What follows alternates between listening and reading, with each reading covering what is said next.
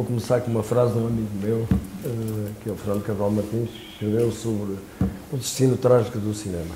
O cinema, como vocês sabem, começou há muitos anos, começou com o Tarantino, começou há 100 e tal anos. É uma invenção científica e ao mesmo tempo um espetáculo de feira. Via-se nas feiras, metia-se uma moedinha para ver umas imagens em movimento, depois alguns senhores franceses, os irmãos Lumière, que começaram a registrar a saída das fábricas, as visitas dos reis a Paris, a chegada do comboio à Gare de Lyon, e do outro lado, outro francês também, chamado Méliès. Uns eram os irmãos Lumière. Outro Méliès começou a inventar a fantasia do cinema, uma ideia que vocês conhecem de certeza, aquela imagem de um foguetão no olho da lua, a ideia de se poder brincar com as imagens e com os sons. Isso é assim muito rápido e muito primário. E depois o destino trágico é que, infelizmente, passado 100 e tal anos, acabou nos centros comerciais. Não é? Pronto. Começou nas feiras, acabou nos centros comerciais. Hoje o cinema é um espetáculo um bocado infantil-juvenil, para miúdos, que vão aos 4 anos com os pais ver desenhos animados, depois vão até aos 17, comem, bebem, comem pipocas, bebem Coca-Colas, mandam SMS. Depois há assim uns malucos ou uns artistas que tentam tirar o cinema desse destino trágico, da ideia da feira e do divertimento puro e simples. Nunca foi uma arte, o cinema nunca foi uma arte, para mim, é uma arte de vampiros. A uma altura, se calhar nos anos 30, 40, do século passado, que chegou quase a ser uma arte popular, porque havia muitos artistas que entraram no cinema. Há 100 anos, mais ou menos, apareceu também um senhor, que eu acho que é o primeiro grande artista do cinema, chamado David Wark-Griffith, que disse uma frase lapidar, que era: o que falta ao cinema contemporâneo na altura, é filmar o vento nas árvores. Ou seja, o vento não se filma, mas o efeito do vento filma-se. E é nós temos um privilégio em Portugal, temos uma desgraça que há pouco apoio para o cinema, mas o cinema não é um negócio para nós, não tem a relação, $1 tem de dar 2, não tem a relação do negócio, é uma relação de uma liberdade que não tem preço. E, portanto, eu normalmente, quanto mais velho fico, mais gosto de pegar em coisas que me interessam. E o vento nas árvores, neste caso, é o texto S. Como sabem, a chave deste filme, se quiserem, é o genérico. Há um senhor que é cantor de ópera, não é por acaso, que é o Jorge Vaz de Carvalho, que começa a ler o romance, e atrás dele está toda a parafernália que nós fomos utilizando durante o filme. As maquetes dos cenários, pintados pelo João Figueiredo dos óleos, mas o guarda-roupa, as cabeleiras, os adereços, os livros, os desenhos que eu fiz, os desenhos que outros fizeram, as maquetes da diretora de arte, sei lá, tudo que está ali, a bengala do EG, as luvas da Mera, está tudo ali. À mostra, portanto, o cinema é falso. Tudo que se passa aqui não existe.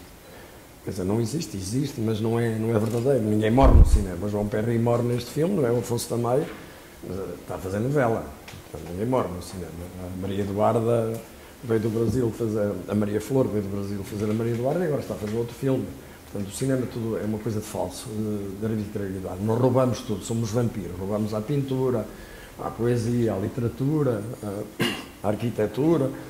Depois resume-se a uma coisa de luzes e sombras, seres humanos aflitos no meio, não é? Os otimistas, como o Ega, a passar da sombra para a luz, como vocês viram aqui, o Carlos da Meia, como é pessimista, a passar da luz para a sombra. Portanto, essas são coisas, as ideias disto são ideias, são pontos de vista. O que é verdade no cinema é o texto do Essa, neste caso, do Essa de Queiroz, que eu já falo disso, foi a coisa mais difícil que eu fiz, e foi adaptar, cortar aos bocados, fatiar um texto que não devia ser fatiado, quer dizer, isto devia ser um filme de 30 horas, não é um filme. Se isto correr bem, o que eu quero é que vocês vão para casa ler os Maias, todos, não é mais nada, porque a literatura é melhor que o cinema. O cinema concretiza demais, a literatura permite uma evasão, uma viagem enorme. Sei lá, eu posso fazer um filme inteiro só com a descrição do Ramalhete. Não é? As páginas imortais do Essa de Queiroz sobre o Ramalhete dão para fazer um filme. Margarida Urás fez um filme chamado São Nome de Veneza, naquele Teatro de Zé, que é trevas sobre paredes e um texto maravilhoso para se ouvir. E o Ramalhete permite isso. Eu posso fazer uma curta-metragem só com a descrição da luz nos cabelos da Maria Eduarda. Porque o Essa é também um exímio amante de pintura e sabe descrever os tons, os cabelos, a coloração.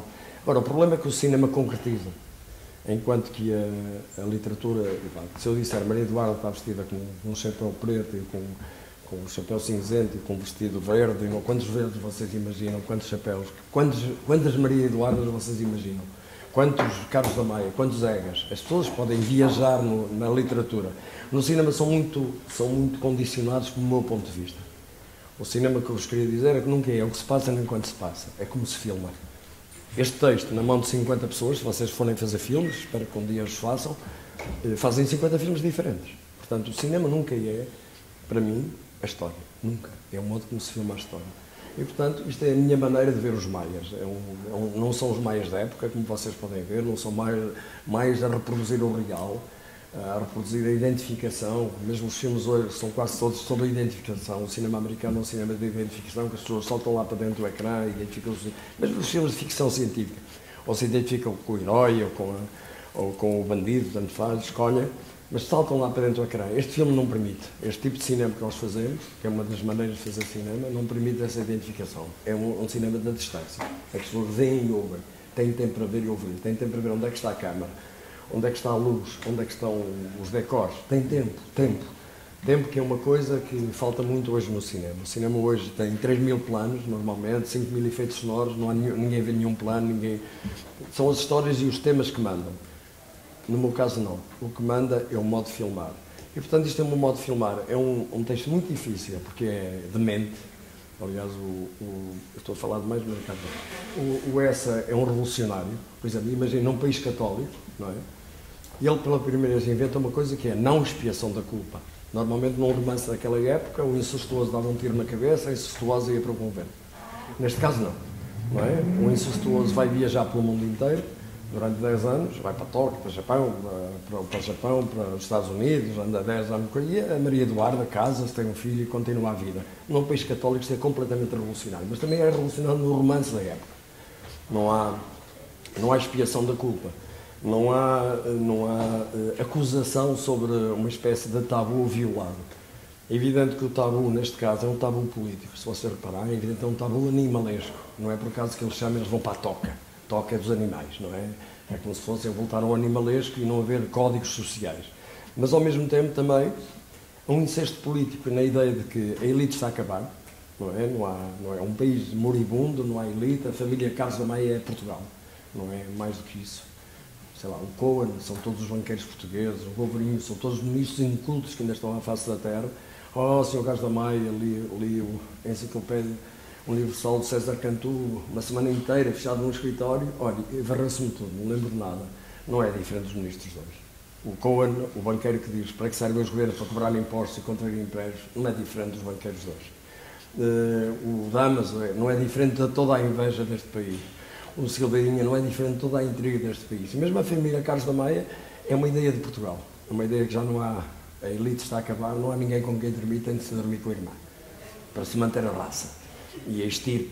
É um bocado isto. E é evidente que depois morre Portugal, morre o Afonso da Maia, que é uma espécie do último patriarca, mas a vida continua. Aliás, o Essa fez uma coisa também extraordinária, que apontou uma bancarrota rápida, e houve, 10 anos depois Portugal entrou em bancarrota, como hoje, e demoramos 99 anos a pagar um empréstimo a um banco inglês. Agora a senhora Merkel, que a gente paga isto em 4 anos, 144. Pronto, isto é a visão assim, global deste filme, que, no entanto, é uma parte dos maias, é o meu ponto de vista, não são os maias do Essa. Os maias do Essa são muitas coisas diferentes. E pronto, eu estou à vossa disposição, pergunta o que quiserem.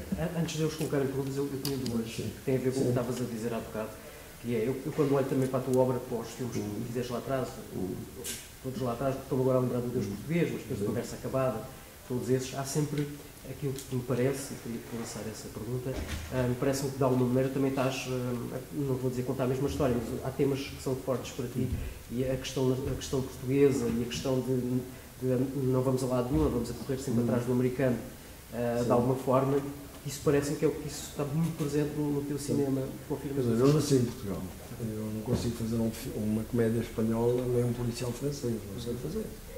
Nem sei fazer um filme americano, sei fazer um filme português, que é um filme normalmente marcado muito mais pela poesia do que pela prosa, apesar do Saramago, que é o prémio Nobel da prosa.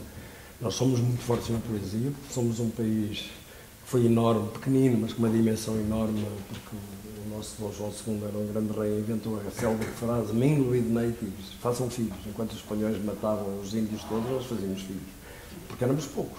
O próprio Afonso Henriques, quando conquistou Lisboa aos mouros, deixou os mouros, deixou a religião dos mouros, deixou os cientistas árabes e os cientistas, e mais tarde os cientistas judeus que ficaram cá, porque somos poucos, somos 9 milhões, cabemos 10, cabemos todos nos arredores de Paris, e portanto esta ideia de partilha, de divisão e de mistura. Mas isso eu compreendo. E a identidade nacional, que a uma dada altura que foi uma espécie de coisa reacionária, não é? Aquela ideia de sozinhos no mundo, de Portugal, um país em que, não é, sofre na terra, tem o reino dos céus, esta mesquinheza, o imobilismo, a subserviência, mas há coisas fantásticas em Portugal que é uma espécie de, não é, de poesia que está latente. Nós não somos muito bons, por isso o nosso cinema também reflete isso, nós não somos muito bons na ação, somos muito bons na contemplação. Não somos muito bons na montagem, somos bons no plano de sequência, na composição do plano, na sombra, na luz, isso não é mau, porque tem a ver com a poesia. Era um país enorme não, um país pequenino, com uma dimensão enorme no mundo inteiro. Depois, de repente, começamos a perder tudo, ficamos muito um retângulozinho com uma Espanha forte atrás e o mar à frente. O que é que isto dá? Poesia. Sentámos nos cafés e começámos a olhar, e dá poesia. E, portanto, a poesia é forte. E todos os meus filmes são filmes sobre Portugal. Desde o primeiro, A Conversa Acabada, que era sobre o modernismo português, em que uns malucos minoritários, muito minoritários, a Pessoa e o Sá Carneiro, eram contemporâneos do que se pensava no mundo inteiro. Eu lembro, por exemplo, que quando fiz A Conversa Acabada, há 30 e poucos anos, eu tive a Arca de Pessoa em casa. Isto é uma coisa que ninguém acredita, mas é verdade. Tive a Arca, porque o Pessoa não era muito conhecido para além das edições da Ática, umas coisas no Brasil, havia já uma boa edição de uma antologia francesa, mas, por exemplo, o primeiro livro que há do Fernando Pessoa em inglês, ele quando morreu tinha editado 3 livros, 2 em língua inglesa, que são os poemas ingleses, que venderam pouco, e a mensagem que ganhou um segundo prémio. E deixou 200 e tal mil páginas dentro de um baú. Por exemplo, o Desassossego, que eu acabei por filmar há 2 ou 3 anos, não existia quando eu filmei A Conversa Acabada. Estava espalhado na Arca. O Pessoa começa, mas estava a dizer que a primeira edição do Pessoa, em inglês, tem na capa o Fernando Cabral Martins, que era o meu ator, não era o Fernando Pessoa. Era o meu ator, portanto, quero isto dizer, é depois da Conversa Acabada. Na Pinguim, a primeira antologia de textos. O livro Desassossego aparece 3 anos depois de eu ter feito A Conversa Acabada. O Pessoa começa a ser conhecido 50 anos depois da morte, que é inacreditável. Não é? Portanto, isto é uma coisa de lento. Mas o Adeus Português também era uma coisa sobre Portugal, sobre a ideia, é o primeiro filme que foi feito sobre uma reflexão sobre a guerra colonial, que 12 anos depois dela ter acabado, porque nós não gostamos muito do imediato, chegamos sempre atrasados, né? Como ainda o apanhamos. Agora, o que é engraçado é que os portugueses, esta brincadeira do S é maravilhosa, porque é assim, eu não corro nem para a glória, nem para o dinheiro, nem para o maior amor do mundo, nem para a coroa do Carlos V, para a fortuna do Rothschild. Mas depois lembra-se que tem um jantarinho e já estão a correr. Correm para a comidinha, os portugueses. É verdade. Não, estamos sempre cheios de fome, é por isso que eu acho indecente esta hora, porque devem estar cheios de fome. Mas, portanto, esta ideia dos portugueses tem uma particularidade, há uma comunhão como é que se diz, nós sabemos receber. Somos racistas, é verdade, um bocadinho, mas não é o fundamental. O racismo em Portugal é mais ricos e pobres do que brancos e pretos. E, portanto, há um comportamento português que é diferente dos outros, é verdade. Há uma identidade. O fado foi reacionário, se calhar é uma coisa nova e diferente. Sei lá, nós somos muito corrompidos pelo mundo inteiro, que não é mau. Portanto, hoje não há diferença entre um miúdo que está aqui na escola, iguais aos meus filhos, e um miúdo que está em Nova Iorque. É tudo igual. Isto circula. Mas há uma identidade portuguesa, um modo de falar, um modo de estar, um modo de olhar que é completamente diferente. E isso que me interessa. Toda a minha vida fiz coisas sobre Portugal. Mesmo quando adaptei os tempos difíceis do Dickens, filo sobre vêm os novos ricos. Quando fiz o Tráfico, que é uma espécie de, não é comédia, mas é uma farsa um bocado inspirada no Gil Vicente, aquilo há 12 anos, vem o tráfico todo, está cá, todos os dias tem cá o tráfico. Quando fiz A Mulher que Acreditava Ser Presidente dos Estados Unidos, que o filme foi arrasado naquela altura porque era um filme que começaram a dizer que era misógino, porque eu só fiz um filme com 500 mulheres, não havia um único homem, mas era uma ideia não era da ascensão das mulheres ao poder, que isto acho uma coisa engraçada, são mais até que os homens, portanto têm direito a esta igualdade, não sei, mas é as mulheres a imitarem o poder dos homens, isso é a Merkel, é a Sarah Palin, era essas coisas, 10 anos antes delas aparecerem. Não, uma coisa, o cinema serve para, não é hoje que se decide um filme, é o tempo. Se o filme é bom, se é mau, se daqui a 30 anos estes mais não puderem ser vistos, é porque não é mau. Não é hoje que decide se o filme é bom ou mau, é o tempo que decide. E esta procura de não é trabalhar para o futuro, é trabalhar para o pensamento um bocadinho. É evidente que o cinema é um negócio de emoções, é para chorar, para rir, para não sei o quê, mas também tem um bocadinho de cabeça, de neurónios. Eu sou formado num tempo em que o cinema, sei lá, havia um filme e estava uma semana a falar sobre ele. Hoje mesmo quando se gosta de um filme, 15 segundos é giro e vai-se à vida. É tudo rápido, é de vez em quando preciso parar para pensar. E nós trabalhamos nesta paragem, eu trabalho nesta paragem. E fiz o Quem És Tu, e fiz muitas coisas sobre Portugal. Fiz o Diderot, que era sobre Portugal. O Diderot fatalista, não é? Porque eu gosto muito daquela frase, já que está escrito lá em cima, posso fazer o que quiser. Não é? Porque é aquela ideia do livre-arbítrio, que é uma espécie de 50 anos antes da Revolução Francesa, que nos inaugurou a democracia no mundo, apesar do terror todo, criou esta ideia de não haver só um fado, um destino, mas já é a perversão do destino. Está escrito lá em cima, então faço o que quiser, porque está escrito. Deus escreveu, posso fazer o que quiser. Portanto, muito lembrando da história da liberdade das pessoas. E pronto, fiz o Quem És Tu, que era o Frei Luís Sousa, numa altura em que os espanhóis mandavam em Portugal, porque não eram mandados com armas, mas eram donos da Avenida da Liberdade. Tinham quando eles eram ricos, agora já não são, agora são os chineses, são os italianos tem pouco, mas os chineses, os russos, a máfia russa, os chineses e os angolanos mandam isto. E portanto, nós é esta luta entre o deve e o haver dos portugueses. João, se calhar passávamos então a palavra às perguntas ou aos comentários que vocês tenham. Enquanto nos verem fome, ataquem. Sim. Na cena onde estava a Maria a tocar piano para o Ega e para o Carlos... Não é a Maria a tocar. Não era a Maria? Não, ela a fingir. Estás a ver que o cinema é falso. É uma pianista verdadeira com a mesma roupa. Eu parei num detalhe que era as pautas da música, por alguma razão, em vez de estarem direitas, estavam... As notas, exato, as notas da música estavam... É a falsidade. Este filme está cheio de brincadeira sobre a falsidade. Também por exemplo, na cena quando ela aparece, vai para o Hotel Central, para o Hotel Central, é o Grêmio de Praga. Fala uma menina ali, a capital. A capital, um romance do Essa de Queiroz, que foi publicado 25 anos depois da morte dele. É muito posterior A brasileira não existe naquela altura. Há uma data de coisas destas, de brincadeira, dizer assim, atenção, isto é falso, atenção, isto é falso. E isso é uma delas. É uma delas. É falso, é falso, é falso. Ou seja, atenção, que está aqui uma brincadeira. Está cheio desses anacronismos. Por exemplo, não há um único exterior neste filme, não é? São todos pinturas nas janelas, são tudo como se fossem cenários de ópera.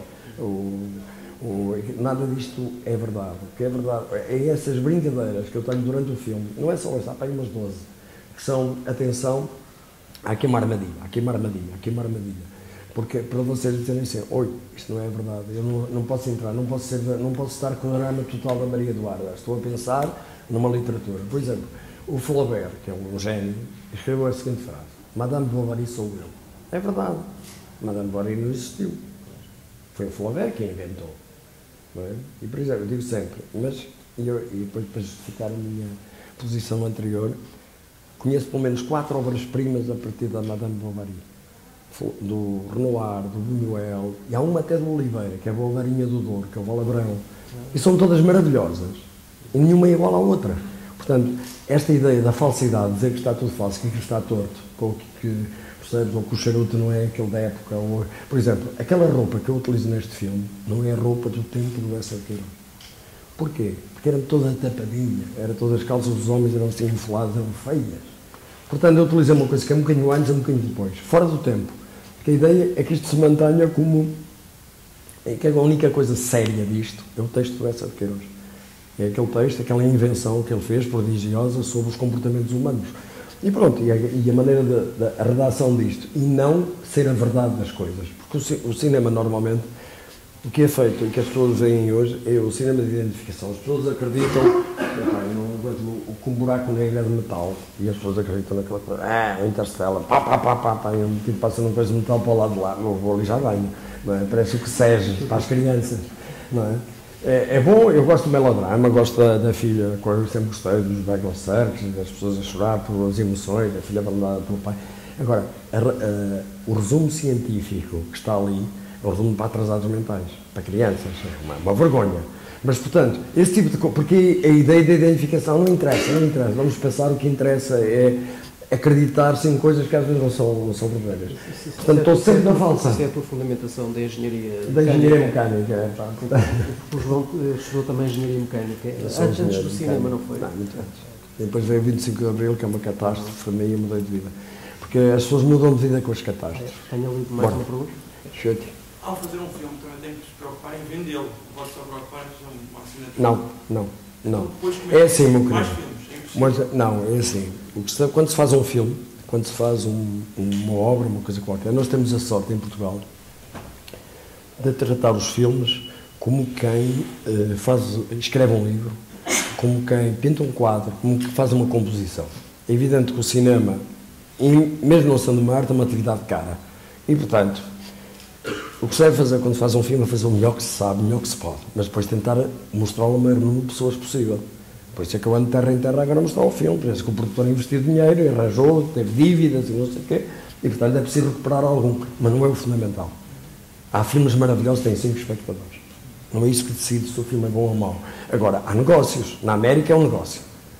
E nós temos a sorte, em Portugal não temos uma relação boa com o mercado. É a minha sorte, não é? Se tiver, diz. Não há um único filme em Portugal, que tenha sido pago pela Receita. Desde a existência do cinema em Portugal. Mesmo aquelas coisas que vocês acham graça, as comédias dos anos 30 e 40, eram subsidiadas pelo Estado. Todas. Eram pagos, não havia rentabilidade nenhuma mercantil. Não há um único filme pago. Mesmo aqueles filmes que dizem fazem 300 mil espectadores ou 400 mil, não pago. Por exemplo, o cineasta mais comercial português, isto parece uma blasfémia, mas o Sr. Manuel Oliveira. É o mais comercial, o mais artístico, o mais comercial. Porque uma venda de um filme dele para uma segunda televisão, para o canal número 3 da Alemanha, equivale a 100 mil espectadores em Portugal. E nós não temos... Para se pagar este filme, eu tenho de ter 2 milhões de espectadores. E vou fazer 200 ou 300 mil. No mundo inteiro. 100 e tal mil em Portugal, depois vai haver uns que... Portanto, isto não se paga. É a nossa liberdade não ser uma coisa que não tem rentabilidade. Porque para se pagar... Uma pessoa, se quiser pagar os filmes que faz, vai para a América. Não tem outro sítio. Já agora, João, nessa sequência do Sim. andar pelo país, Sim. é mostrar os filmes, Sim. tu já fizeste isso também com o... Todas as vezes também. Eu sei. Eu gostava de... Se calhar podes dizer um bocadinho como é que tem sido essa experiência, porque é uma coisa relativamente recente e pelo país novo, com os filmes portugueses, mostrá-los às pessoas e trazer... Eu gostava de falar um bocadinho sobre isso, embora seja sobre outros filmes. Não. O que é que se passa? Eu de repente descobri que sou apoiado pelo Estado, quer dizer, descobri tarde, ou seja, o Estado. Ou seja, em Portugal, se não houver apoio do Estado, não há música, não há teatro, não há cornucópia. Há uns teatros comerciais, isso há, mas não há cornucópia, não há o Teatro da Ana Maria, não há o São João, não há ópera, não há orquestra sinfónica, não há. E se repararem, por exemplo, em Portugal gasta 0,4% do orçamento de Estado a apoiar a cultura toda, incluindo a preservação do património. A Tunísia gasta 1,2%, a França também. E, portanto, há muito pouco apoio à cultura portuguesa. A partir do momento, isto é um luxo. Eu sou um privilegiado, ou seja, em 30 e tal anos de existência cinematográfica, fiz 15 longas e 15 ou 16 curtos, ou médias, ou não sei o quê. Portanto, sou um privilegiado, isto é um luxo. E, portanto, tenho de devolver esta coisa. E descobri que há pessoas, por exemplo, eu neste filme, que nos Açores ainda foi mais interessante isso, descobri pessoas que já não iam ao cinema há 5 anos, há 10 anos. Os adultos foram escorraçados das salas. Os adultos não vão ao cinema. Hoje quem vai ao cinema são miúdos de 4 anos que vão com os pais ver desenhos animados e miúdos até aos 17. E depois os outros, a seguir aos 17, já os descarregam da net, já ficam em casa, cada um vê você, vêm-nos a correr, já não saem às salas. Porquê? Porque o negócio transformou-se numa coisa. Há bocado estava a brincar com a história dos centros comerciais. Por exemplo, um distribuidor ganha €1, €1,50 num bilhete, mas ganha 6 no Coca-Cola e na pipoca. Portanto, está tudo feito para haver uma coisa em que é um comércio de outras coisas, como se fosse um consumo. E, portanto, Nesta ida, por exemplo, eu ontem fui a Castelo Branco, estava a sala completamente cheia. Eles não têm cinema já, só têm uma sala. Não têm salas de cinema, têm uma sala, o Cine Teatro Avenida, que é enorme, e não têm acesso ao cinema. E, portanto, eu fui lá, estavam 300 e tal miúdos à tarde, 400 e tal adultos à noite. Eu à tarde passo a versão curta, que vocês viram, à noite passo a versão longa, demora 3 horas, mas tem um intervalo. E, portanto, as pessoas têm direito a ver coisas. E se uma pessoa lhes falar do cinema e lhes falar das coisas, ficam entusiasmados com a luz e com as sombras. É preciso voltar a uma espécie de didatismo. Se o Estado me apoia, tenho coisa de fazer a devolução pública. Eu, neste caso, fiz uma coisa, porque o meu produtor não é experto, e então fizemos uma distribuição na Luz ao Mundo, que nos permitiu ter quase 100 mil espectadores, mais de 100 mil espectadores nas salas normais, e agora vou fazer mais 30 e tal mil, que eu fiz com o desassossego nas chamadas salas onde as pessoas normalmente não vão, não existem. E, portanto, é esta devolução do serviço e poder falar. Eu, por exemplo, à tarde falo de cinema aos miúdos, porque eles acham que o cinema começou com o Tarantino, ou começou com esta vertigem enorme. E falo da história do cinema. E falo da história do cinema. O cinema tem 100 e tal anos. E houve grandes, o Griffith, e o Ford, e o Renoir, e o Stroheim, e o Bresson, e houve tantos são gênios que entraram na imagem e nos sons e começaram portanto, a pensar coisas dessas. E à noite falo dos maias, dos pais. Falo da história de Portugal. E, portanto, há esta coisa, porque as pessoas, por exemplo, eu se tivesse filmes iranianos e franceses, vocês hoje, quantos filmes franceses vêm cá? Vêm na Semana do Cinema Francês, a quinzena do Cinema Brasileiro, a Semana do Cinema Romeno, porque não, os americanos esmagaram. E esmagaram de tal maneira que eles, por exemplo, para uma pessoa ter direito a um blockbuster, eles mandam mais 10 porcarias ao lado que eles têm de exibir e ocupam as salas todas. Mas não é um fenómeno de Portugal. Por exemplo, em França, neste momento, sei lá, filmes americanos e um bocado de filmes franceses. Em Itália, filmes americanos e um bocado de filmes italianos. Filmes espanhóis e um bocado... E aqui está a acontecer a mesma coisa, filmes americanos e um bocadinho de filmes portugueses.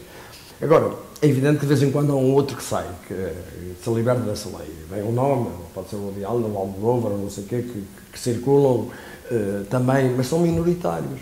Não fazem muitos espectadores, são coisinhas pequeninas por aí. Agora, os grandes blockbusters que ocupam, e portanto, eu acho que tenho obrigação, a partir do momento que sou apoiado, de devolver esse apoio, falando às pessoas de cinema e mostrando outras coisas que eles estão. Se eu tivesse mais filmes iranianos ou franceses ou italianos ou espanhóis, sentia muito mais perto deles do que o cinema americano. O cinema americano tem coisas notáveis, mas nós raramente as vemos. Eles mandam as que fazem dinheiro. E se vocês repararem, por exemplo, é uma coisa que é um equívoco que as pessoas não dão conta. Vejam, por exemplo, o Hollywood Reporter, a Variety, assim. Eles fazem 400 filmes por ano. 10 dão fortunas. 10 fortunas.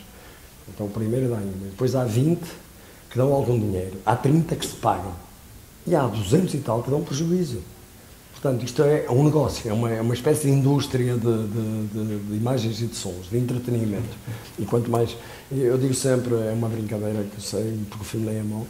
Nós fomos todos comidos para um filme do Spielberg chamado O Tubarão. Abriu a boca e matou o cinema toda à volta. Porque inventou uma coisa nova. Eles estavam na vossa idade, eu só via filmes mais filmes europeus e de outras partes do mundo que americanos, nos anos 60. O cinema que pensava, os Pasolini, e os Vitali, e o Rossellini, e o Visconti, e o De Sica, e tantos, e os Olmi, não sei o que havia isso. E via os franceses todos a Nouvelle Vague, o novo cinema alemão. Era tudo que ocupava as salas, isso que era o pensamento. E de repente, o cinema americano estava numa crise enorme. E vieram os jovens turcos das universidades, que são cultos, os Spielberg e os Lucas, etc., que depois deram uma origem a uma data de filhos, que inventaram uma coisa nova chamada um espetáculo infantil-juvenil, que é com muitos efeitos, são histórias de cá a cá, mas com muitos efeitos e muitas atrações, e às vezes são maravilhosos, não tenho nada contra, mas que ocuparam e esmagaram. Por exemplo, eles estão a tentar esmagar a última indústria que lhes faz frente, que é Bollywood, na Índia. Fazem filmes, fazem centenas de filmes e têm uma retemblar, mas eles estão a tentar chegar a um acordo com o governo indiano para dobrar em hindu os filmes americanos. Qualquer dia arrasam-los, porque começam a ocupar e partilham, porque o mercado americano não chega para eles já. Os filmes são tão caros. Vocês viram quanto é que custou o Interstellar? 184 milhões, não é? Percebe? Quer dizer, são 184 filmes portugueses, que isto são 10 anos de cinema português. Um filme único. Portanto, eles precisam do mundo inteiro para rentabilizar aquele produto. E, portanto, ocupam sem partilha, não dividem, ocupam. Bem, pronto, não é, faz parte do negócio, é como os hambúrgueres, é como não sei o que, ocupam. E sobretudo, a mim não me chateia o cinema americano, a mim chateia-me o modo de vida americano, ou seja, o individualismo que eles trouxeram. Eu sou do tempo que havia movimentos coletivos. Havia uma pessoa que sabia literatura e ele sabia os quartetos de Alexandria, do Durrell, e líamos em conjunto. Havia um tipo que sabia jazz, em Coimbra, lembro o Lemos, que sabia jazz. Recebia o último disco de Miles Davis, íamos todos ouvir. E hoje eles conseguiram fazer uma partilha. E as pessoas são individualistas, não partilham, não há coletividade, não há coisas comuns. Porque quanto mais coisas comuns, menos consumo. E, portanto, eles têm a ideia, quer dizer, eu lembro quando apareceu a televisão, era uma coisa coletiva, as pessoas viam televisão na família, viam os seus programas, depois passaram a ver a televisão cada um no seu quarto. E agora a televisão lá, são computadores, cada um vive numa realidade única, fixa, porque são instrumentos notáveis, mas são também instrumentos perigosos. Criaram um saber, mas um saber individual, e as pessoas não partilham o saber. E o cinema era uma coisa de partilha, portanto, o que é que eles fizeram? Destruíram a partilha intelectual e passaram a fazer uma partilha de divertimento. Não é mau, não estou a dizer que seja mau, que seja bom, são coisas diferentes, mas não é o cinema de que eu gosto. Pelo menos este. Mais alguém tem? Quem é que tem? Na cena em que Afonso da Maia descobriram Carlos Vivi, que era irmão de Maria, qual é o significado daquela cortina a cair? Olha, uma brincadeira de cinema. A queda da casa Asher, naqueles filmes de série C, que é aquela história dos filmes de coisa, é uma espécie de uma família que ruía. Aquilo é a família, nem é o brasão dos Maias, aquilo é o brasão da Veva Lima, porque eu filmei na Veva Lima. Aliás, é uma coisa, me diga se você reparar, eu filmei Paris e Londres em Ponte de Lima, a Toca filmei em Mondinho de Basto, ia ser nos Olivais, filmei em Mondinho de Basto, muitas casas filmei lá em cima no norte, porque eles mantiveram lá em cima, há casas em que não há modernizações. Mantém quase a teia de aranha com 300 anos. Os garfeiros são de prata, os talheres são de prata, sei lá, os copos são de cristal, as pinturas têm 200 anos, a madeira tem 500. E, portanto, houve uma certa utilização dessas coisas que em Lisboa não há. E a Veva Lima, que é o Ramalhete, é um palácio que há em frente ali há Carris em Santos, há aquela coisa dos elétricos, ali o Ramalhete. Destruíram-no todo, são apartamentos agora e está lá só a biblioteca do Ramalhete. Mesmo essa inspirou-se nesse palácio e situou no outro lado, situou em frente ao Museu das Janelas Verdes. E, portanto, já ele fez ficção naquilo. Mas, nesse caso, a queda da cortina, que é a cortina que está na Veva Lima, que tem até um cisne, que era um símbolo da senhora Veva Lima, que era uma cortesã do princípio do século em Portugal, já estava cheia de coisas de arte nova que tive de arredar, mas era uma coisa que me permitia quase fazer aquela uma casa meio circular e tal, e tinha aquele emblema. Era uma doida que fazia, a senhora Veva Lima, a mulher do embaixador, fazia recepções inacreditáveis. Por exemplo, uma senhora tem lá 2 quadros, 2 fotografias dela, que Cecil Beaton veio a Portugal só para fotografar aquela senhora. Estão lá 2 quadros notáveis, portanto é uma senhora mundana, que aliás fazia umas festas em que pintava os criados brancos de negro e punha os nus em cuecas para ser uma coisa mais animada.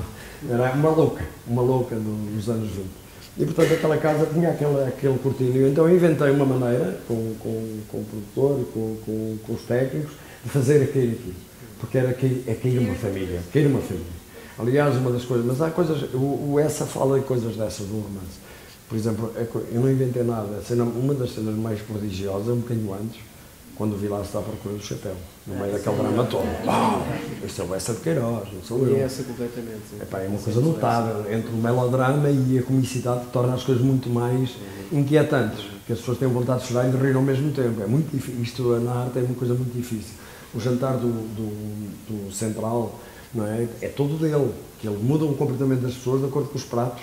Não é? Eles começam todos a arrasar os faias e as fadistas e aquela promiscuidade toda, aquela bandalheira, e acabam a portar-se pior, a arregaçar as calças, e a condição humana. Isso é o gênio do Essa. Ele escreveu aquilo perfeito, não é? Como ele diz que o Sarau, se tivesse de resumir os maias uma cena única, fazia o Sarau da Trindade, porque é Portugal a mostra, todo. à la Besone, como diz o outro, engravatado de branco. O que é que se deve ver em Portugal? Uma versão em Lisboa, uma versão do Senhor dos Passos e um sarau literário. Portanto, ele goza com esta atitude de... Mas o Essa também é uma pessoa culpada nas coisas. Portanto, o Essa é um bom vivante, é uma pessoa que foi rejeitada pela família, só foi admitido pelos pais quando se casou com uma marquesa. Tinha 14 anos, tinha vírgula, mas tinha um título e muito dinheiro. E o Essa, com 30 e tal, casou-se com essa senhora, a partir daí foi reconhecido pelos pais, porque daí era quase um filho bastardo. E então teve sempre um desejo de ascensão social, de boa vida, roupas de seda e de grandes móveis, estava sempre a gastar fortunas. Por exemplo, quando foi embaixador em Cuba, nunca lá estava. E era embaixador, era cônsul em Cuba, tinha sempre duas namoradas em Inglaterra, nos Estados Unidos, quem prometia casamento, numa terra eu não tenho para não saberem, e passava a vida a namorar. Portanto, também tem culpas no cartório, é um bom vivante, gostava do luxo e dessas coisas, mas depois também tem aquele lado ácido que é o João da Ega. Neste romance, é um romance em que ele está nos dois personagens, no Carlos da Maia e no João da Ega. Como se fosse, aliás, também é criada se vocês repararem bem, é criada quase uma paixão entre duas personalidades da mesma personalidade, duas divisões. É como se fosse um amor entre dois homens que vem uma mulher perturbar. Também lá está isso. Quando eles se abraçam no final, com lágrimas nos olhos, é a paixão absoluta entre dois homens. Não é? E, portanto, estas coisas estão lá. Esse roupão, esse telão, esse reposteiro, está indicado como uma coisa, o reposteiro da casa, onde estão os brasões. Não é o brasão dele, mas a ideia daquela quebra. Bom, agora vais morrer. Não é? Acabou a casa, vais morrer. Portanto, são brincadeiras. O cinema tem essa brincadeira. O cinema permite uma coisa engraçada, que é o buraco. O buraco e a ideia. O buraco e a elipse. Eu na elipse não faço nada. Não é? É por isso que este permitiu, ele fez, eu não abusei muito, porque o texto é dele. Chama-se Episódios da Vida Romântica, não sei o quê. Alguns episódios. Eu fiz alguns desses episódios, não fiz todos. E, portanto, é um buraco, é o buraco do espectador, na ligação e as ideias. Por exemplo, eu lembro nos Tempos Difíceis, que foi um filme que já fiz há 30 anos. Havia uma menina, 30 não, mas 20 e tal, uma menina que pegava num lençol, não é? Tinha 10 anos, pendurava o lençol, pegava umas pegas. E depois passava 24 horas por segundo, tirava as pegas, baixava o lençol, tinha 20 anos. E as pessoas acreditam. Ou seja, chama-se elipse. E este filme está cheio dessas ideias. Elipse ou ideias, ou brincadeiras. Agora, caiu a casa, pronto, é uma pequena metáfora. Mas como o som é tão forte, deixou de ser metáfora e passou a ser metonímia. Porque eu não gosto, as metáforas às vezes têm um problema que é indicar ao espectador o que é. A metonímia não, liberta, é a associação de ideias, uma e outra, e outra, e outra, e outra. O Godard tem um texto muito bonito para dizer que o cinema é o I, um plano e o outro. Ou seja, a ligação entre dois planos é que faz o cinema. Okay? E no caso desse manto, na altura em que esse manto caiu, eu até pensei que não fosse mostrar a morte do Afonso. A morte é falsa. Viu como ele morre? Tem com um sol e efeito e um som, vem uma luz do sol que bate na cara para ele morrer. Cinema, viva ao cinema. E digo-vos uma coisa, vão à Cinemateca de vez em quando, há filmes tão bons. Está a passar uma retrosfera do Werner Schroeder, tem 40 anos, estão cada vez melhores. Vão ver. Não fiquem aqui parados sentados. Sabem como é que se aprende cinema a ver? Eu vou-lhes dizer o meu percurso, que sou engenheiro mecânico, mas todos os anos ia ver 6 filmes por dia durante 15 dias à Cinemateca. Havia 90 filmes em 15 dias. E, portanto, o cinema aprendes a ver. Porque tem uma longa história, há gênios lá metidos, há uma de filmes brilhantes que uma pessoa aprende. Em vez de consumir, tem de se aprender. Ok? Vamos almoçar. Ok, então vá. Muito obrigado. Deus nos